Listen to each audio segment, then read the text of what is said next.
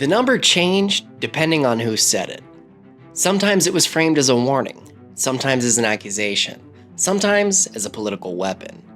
$9 billion. A figure large enough to feel abstract, yet specific enough to terrify anyone who understood how public systems actually move money.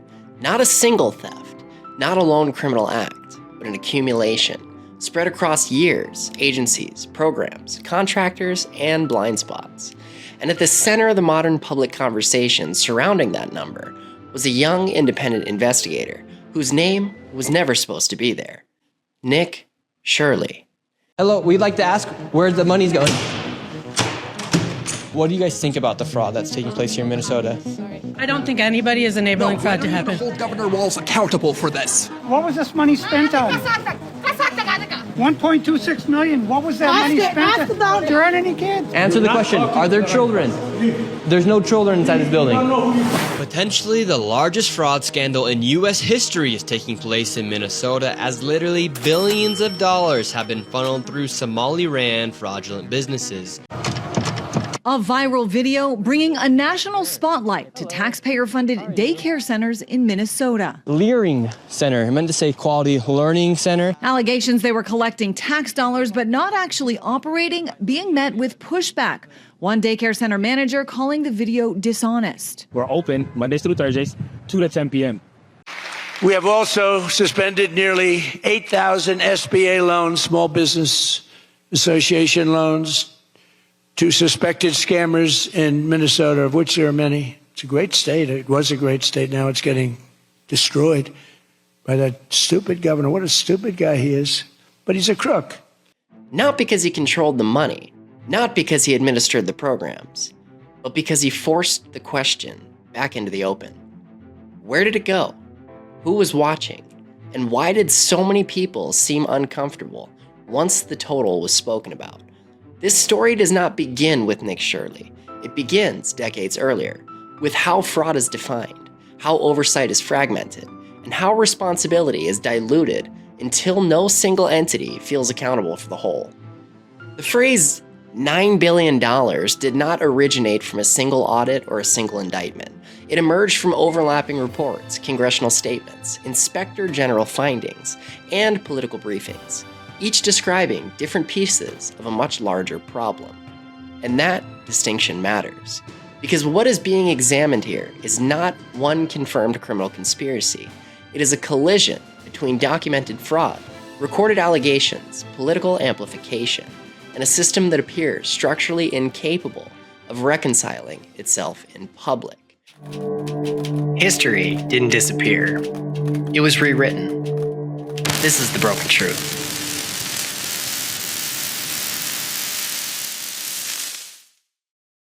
Welcome back to the Broken Truth Podcast. I'm your host, Garrett.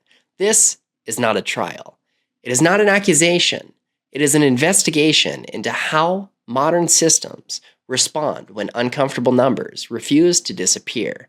This episode explores the rise of a viral narrative surrounding alleged multi-billion-dollar public fraud, the verified facts that exist beneath it, the government responses that followed, and the unresolved questions that still remain. Some facts are documented, some claims are recorded, some numbers are disputed. We will separate them carefully because confusion is the ally of corruption and clarity is its enemy. To understand how the $9 billion figure entered public discourse, we need to separate three layers of reality. First, the documented fraud cases. Second, government statements and estimates. Third, the media's amplification and interpretation of this event. In Minnesota, federal prosecutors have confirmed multiple large-scale fraud cases involving public assistance programs, including food aid, child care subsidies, and pandemic-era relief. These cases, documented through indictments and convictions, account for hundreds of millions of dollars in proven fraud. This is not speculation. Court records confirm it. But hundreds of millions is not $9 billion. The larger number entered the conversation through aggregate estimates, calculations of improper payments, suspected fraud, and systemic vulnerabilities across multiple programs over the years. Congressional oversight committees, inspector general reports, and budget accountability offices have all acknowledged that improper payments in social service programs nationwide reach into the billions annually. What made Minnesota distinct was not that fraud existed, but that multiple oversight bodies appeared to be identifying similar patterns simultaneously. According to the public statements from federal prosecutors and state officials, oversight failures allowed fraudulent networks to operate longer than they should have. Some investigators cited lax verification processes. Others cited understaffing. Still, others pointed to outdated compliance systems, overwhelmed by pandemic-era emergency spending. These systems did not accuse a single administrator or individual of intentional misconduct. They described a system stretched thin and exploited. And then the media entered. Nick Shirley's involvement emerged through online investigative content, videos that compiled court documents, government statements, and public records into a narrative that resonated with audiences already distrustful of institutional oversight. His work did not create the fraud cases, it amplified them. Mainstream outlets responded cautiously. Some regional newspapers acknowledged the legitimacy of the underlying cases, while disputing the scale implied by viral framing. National outlets emphasized nuance, warning against conflating confirmed fraud with estimated exposure. Fact-checking organizations published pieces stressing that while billions in improper payments are a nationwide issue, attributing a single $9 billion fraud to one state or one investigator was misleading. Government officials responded in stages. State agencies released statements emphasizing cooperation with federal investigators. They cited reforms already underway, enhanced audits, new compliance protocols, funding freezes where necessary. Federal officials announced additional task forces and expanded prosecutorial resources. Congressional figures, particularly during election cycles, used sharper language. Press release spoke of billions lost. Hearings demanded explanations. Letters were sent requesting data and accountability. None of this confirmed a singular $9 billion theft, but none of it denied that the system failed to prevent large-scale abuse. This is where the narrative fractured. Supporters of Shirley argued that he exposed what institutions wanted buried, that without public pressure, deeper audits would never continue. Critics argue that the viral framing risked distorting facts, undermining legitimate investigations, and politicizing ongoing cases. Both positions can exist simultaneously, and that tension is the heart of this episode. Make sure you follow the Broken Truth podcast on whatever platform you're listening on. Leave us a 5-star review, share this episode, and comment your thoughts below. Not to take sides, but to stay present. The most revealing element of this story is not the number itself, but the response to scrutiny. When journalists requested consolidated figures, agencies cited jurisdictional limits. When legislators demanded timelines, officials cited ongoing investigations. When the public asked whether the $9 billion number was accurate, answers fragmented. This is not evidence of a cover-up. It is evidence of fragmentation. Oversight in modern governance is distributed across layers that rarely synchronize in real time. Fraud detection happens program by program. Audits occur annually or retroactively. Criminal investigations focus narrowly by necessity. What Nick Shirley's work did, intentionally or not, was collapse those layers into a single public conversation. And institutions are not designed for that. They are designed to operate in compartments. This is why responses appeared defensive, even when they were procedural. Why officials emphasized technical accuracy over narrative clarity. Why corrections focused on scale rather than substance. Because once the public conversation becomes aggregated, the system loses its ability to control pacing. And pacing is power. What actions have been taken so far? Documented actions include federal indictments and convictions tied to specific fraud rings, expanded audits of public assistance programs, temporary funding freezes and tighter eligibility verification, congressional oversight hearings and inspector general reviews, public commitments to reform compliance infrastructure. These are real, They are verifiable. What has not occurred is a singular declaration confirming or denying a $9 billion fraud. And that absence fuels speculation. Because when numbers remain unresolved, narratives fill the gap. This brings us back to Nick Shirley, not as a hero or a villain, but as a catalyst. His work forced attention. Attention forced response. Response revealed systemic discomfort. Whether history views him as an investigator who overstated a case or a pressure point that accelerated accountability remains unresolved. That judgment cannot be made yet because the investigations are ongoing, the audits are incomplete, the reforms are untested, and the number, whether 9 billion, 1 billion, or far less, continues to represent something deeper. A question about whether modern oversight systems are designed to protect public trust or merely manage its erosion. The media did not agree on how to describe what was happening. Some outlets framed it as a cautionary tale about viral oversimplification. Others framed it as evidence that independent investigators were doing work institutions had failed to do. Still, others treated it as a political artifact, useful, dangerous, or both, depending on who was speaking. What mattered was not consensus. What mattered was exposure. Once the $9 billion figure entered the public bloodstream, journalists were forced to address a question they had largely avoided for years. How much fraud can exist inside public assistance systems before it stops being an exception and becomes a feature? Mainstream reporting began cautiously.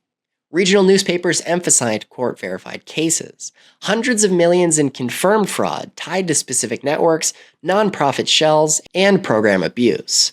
National outlets added context, explaining the difference between fraud, waste, and abuse, and improper payments. Fact-checkers published long explainer pieces attempting to slow the narrative down, but slowing the narrative was itself interpreted as resistance. Commentary shows and independent media seized on the gap between official language and public intuition. They asked why explanations always came with qualifiers, why numbers were never consolidated, why responsibility always seemed distributed just enough to avoid a single answer. Government officials responded with discipline. State agencies released formal statements emphasizing cooperation with federal authorities. They highlighted reforms already implemented, new verification systems, tighter eligibility checks, expanded audit teams. Press secretaries stressed that fraud cases were being prosecuted aggressively and that oversight mechanisms were functioning as intended. Federal prosecutors echoed this tone. They cited ongoing investigations and warned against extrapolating aggregate figures into definitive claims. They reminded the public that indictments require evidence, not estimates. This was accurate. It was also unsatisfying. Because accuracy without synthesis does not restore trust. Congressional involvement intensified the pressure. Oversight committees requested documents. Hearings were scheduled. Letters demanding clarity were circulated publicly. Some lawmakers spoke carefully, emphasizing accountability without inflaming conclusions. Others used sharper language, framing the issue as emblematic of broader institutional decay. This divergence was predictable. Fraud is one of the few issues that crosses ideological boundaries, but how it is framed determines who benefits from the outrage. Nick Shirley's name continued to circulate through this environment as a symbol rather than a source. Supporters describe him as a whistleblower figure, someone who forced attention where silence had become comfortable. Critics describe him as an amplifier, someone whose framing risks distorting complex realities. Neither description fully captures the role he played, because his impact was less about facts and more about forcing synchronization. He collapsed timelines, he collapsed categories, he collapsed compartments, and institutions resist collapse. Behind the scenes, actions continued. Audits expanded. Data systems were reviewed. Compliance officers were reassigned. None of these actions required admitting failure. They required acknowledging vulnerability. This is a critical distinction. Institutions rarely admit error unless compelled. They adapt quietly. They correct internally. They frame changes as improvements rather than response. From the outside, this looks evasive. From the inside, it looks like survival. The question becomes whether survival aligns with public interest. What remains unresolved is whether the scale of reform matches the scale of exposure, whether incremental fixes can address systemic weakness revealed by aggregate numbers, whether the next crisis will be detected earlier or simply described more carefully. The media moved on, as media always does. New crises replaced old ones. Attention fragmented, but the records remain. Court filings, audit reports, oversight transcripts. They do not tell a single story. They tell overlapping ones. And somewhere in those overlaps is the truth, not as a headline, but as a structure. Normalization does not arrive loudly. It arrives politely. It arrives in language that lowers expectations, reframes responsibility, and teaches the public to accept ambiguity as sophistication. Over time, outrage is replaced by resignation, questions are replaced by process, and numbers, no matter how large, lose their capacity to shock. This is the quiet end state of systemic failure. The unresolved tension in this story is not whether fraud occurred. That question has already been answered. Repeatedly, in courtrooms and indictments, fraud occurred. People were charged. Some were convicted. Money was stolen. That much is not in dispute. The unresolved tension is whether the scale of exposure has been fully confronted or merely absorbed. Government testimony over the past several years has revealed a consistent pattern. When asked directly about totals, officials respond with qualifiers. They distinguish between confirmed fraud and improper payments. They emphasize that estimates are not evidence. They stress that audits lag behind real-time spending. All of this is technically correct. But technical corrections does not resolve structural vulnerability because the public is not asking for prosecutorial certainty. It is asking for systemic comprehension. How much risk exists? How long did it exist? And what has changed in response? On those questions, clarity remains elusive. Internal reviews have acknowledged gaps in verification. Inspector General reports have cited weaknesses in oversight capacity. Congressional hearings have documented how emergency spending overwhelmed existing controls. Yet each acknowledgement exists in isolation, tied to a specific program, a specific year, a specific agency. What never appears is the consolidated picture. This absence is not proof of deception. It is proof of fragmentation, and fragmentation protects institutions from reckoning. The psychological cost of this fragmentation is rarely discussed. For individuals who press for synthesis, for totals, for timelines, for accountability that spans departments, the experience is often disorienting. They encounter defensiveness without hostility, correction without admission, reform without acknowledgement of cause. This message is subtle but consistent. The system will adjust, but it will not narrate itself. This is where independent investigators and viral media collide with institutional logic. Institutions believe stability depends on controlled disclosure. Independent voices believe trust depends on transparency. Both believe they are protecting the public. Only one controls the records. Nick Shirley's role in this story, stripped of mythology, sits at that intersection. His work did not uncover classified documents or expose secret ledgers. It complied with what already existed and presented it without institutional pacing. That act alone was enough to destabilize the narrative, because when information is technically public but functionally dispersed, consolidation becomes disruption. The response to that disruption was not repression, it was containment.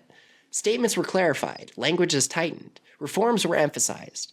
The story was reframed from one of scale to one of process. And gradually, attention moved on. This is not conspiracy, it is governance under pressure. What actions have been taken so far? They are measurable, but incomplete. Federal prosecutions continue against specific fraud networks. Oversight agencies have expanded audit authority. Verification systems have been modernized. Emergency spending rules have been tightened. Interagency coordination has been publicly recommitted to. These actions reduce future risk. They do not retroactively resolve the past exposure. And they do not answer the question that lingers beneath every reform announcement. Was this preventable? Because if the answer is yes, then reform implies failure. If the answer is no, then reform implies inevitability. Neither conclusion is comfortable. This is why the story resists closure, not because facts are hidden, but because their implications are unresolved. The danger now is not outrage. It is normalization. Normalization teaches the public that billion-dollar discrepancies are too complex to understand, that oversight failures are unfortunate but unavoidable. That accountability is always partial because systems are large. Once that lesson is learned, the next exposure feels familiar rather than alarming, and familiarity is the enemy of reform. This episode does not claim that $9 billion was stolen by a single hand or hidden by a single institution. It claims something quieter and more troubling. That modern systems can absorb extraordinary failure without extraordinary response, as long as that failure is distributed, technical, and linguistically contained. Whether this moment leads to a genuine structural change or simply improved messaging remains to be seen. History suggests that memory fades faster than vulnerability. And so the question that remains is not about Nick Shirley or even about Minnesota. It is about us. What level of opacity are we willing to accept? What scale of loss are we willing to normalize? And how many unanswered questions does it take before silence feels like stability? Thank you for listening to the Broken Truth Podcast. Stay awake, stay aware, and stay questioning the narrative. In a world built on hidden histories and half-truths, we've only just begun to peel back the layers. Because what you've heard tonight was never meant to be known, but you were meant to find it. If you're ready to go deeper, leave us a review, comment your thoughts, share this episode, and step inside the archives. Join the inner circle, where the real evidence is kept. This is the broken truth, because the truth isn't whole, it's broken.